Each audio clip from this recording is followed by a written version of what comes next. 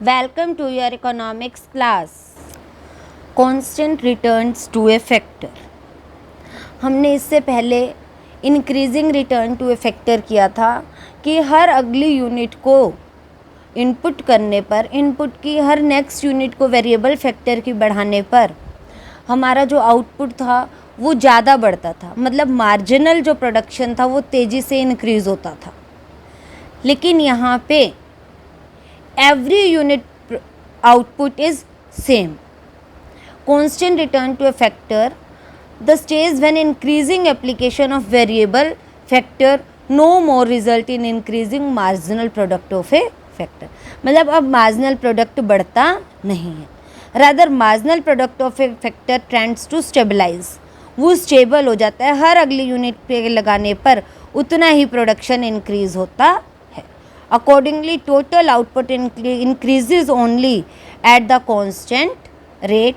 Inversely, the marginal cost of production must remain constant. जो marginal cost है production की वो constant ही रहती है। प्रोफेसर हैंसन क्या कहते हैं कि constant returns to a factor occurs when additional application of the variable factor increases output only at the constant rate. Constant return to a factor बता रहा है कि additional application of variable factor, variable factor की जब हम additional application लगाते हैं, additional input करते हैं, then increasing output only the constant rate से ही बढ़ता है। इस टेबल से हम समझ सकते हैं लैंड तो फिक्स फैक्टर था हमारा, जो फर्स्ट यूनिट लेबर की लगाई तो 5 यूनिट प्रोडक्शन हुआ, सेकेंड यूनिट लगाई तो 10 यूनिट, थर्ड यूनिट लगाई तो 15 यूनिट, मतलब कि मार्जिनल प्रोडक्ट हमेशा सेम रहता है। अगर आप डायग्राम से समझते हो तो यहाँ आप देख सकते हो कि वेरिएबल फैक्टर की जितनी भी यूनिट लगाई जाए marginal product way unit of variable factor के पैरेलल ही चलता है, मतलब उतना ही इंक्रीज होता है।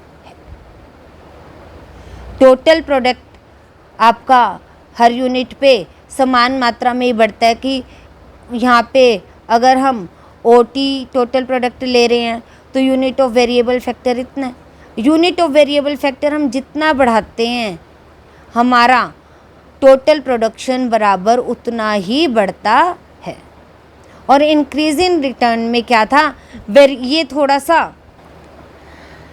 फ्लैट होता है जिसमें वेरिएबल फैक्टर कम बढ़ाने पर प्रोडक्शन ज़्यादा बढ़ता था, लेकिन यहाँ प्रोडक्शन बिल्कुल बराबर मात्रा में ही बढ़ता है। कारण क्या है इसके causes of constant return to a factor? Optimum utilisation of fix assets. वहाँ हमने देखा था कि फुलर यूटिलाइजेशन हो, लेकिन यहाँ पे क्या है कि पहले ही जो रेशो है वो करेक्ट है, आइडल फैक्टर रेशो है पहले से ही, उस वहाँ पे हमें वेरिएबल फैक्टर को बढ़ाने से कोई लाभ नहीं हो सकता। As production is increased by increasing the application of variable factor, a stage comes when the fixed factor gets optimally utilized. Is here that marginal product of a variable factor is maximized and tends to remain constant. जहाँ पे पहले ही marginal product maximize है और वो अब constant ही रहेगा। Ideal factor ratio, constant return to a factor corresponds to an ideal ratio between fixed and variable factor. Hence, marginal product of factor stabilize at its maximum. तो ये अपने maximum level के पर जाने के बाद स्टेबल हो जाता है और पहले से ही आइडियल फैक्टर रेशो यहाँ मानी गई है। Most efficient utilisation of variable factor, ये कब लागू होता है? More and more of variable factor is combined with fixed factor. जब एक ज़्यादा से ज़्यादा फैक्टर फिक्स फैक्टर के साथ वेरिएबल के लगाए जाएं तो एक ऐसी स्टेज आ जाती है when best possible division of labour corresponding to which variable factor most efficiently utilise. अब उससे ज़्यादा फिक्स फैक्टर का उससे ज़्यादा यूटिलाइजेशन हो ही नहीं सकता।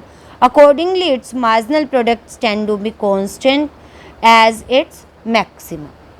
जब मार्जिनल प्रोडक्ट मैक्सिमम लेवल पे चला जाता है तो उसके बाद ये कांस्टेंट हो जाता है। इस क्वेश्चन में आपसे कांस्टेंट रिटर्न के मीनिंग के साथ साथ विद डायग्राम एक्सप्लेन करना भी पूछा जा सकता है 5 मार्क्स में, और ओनली 2 मार्क्स में अलग से भी क्वेश्चन आपके पास आ सकता है, what are the causes of constant returns to a factor.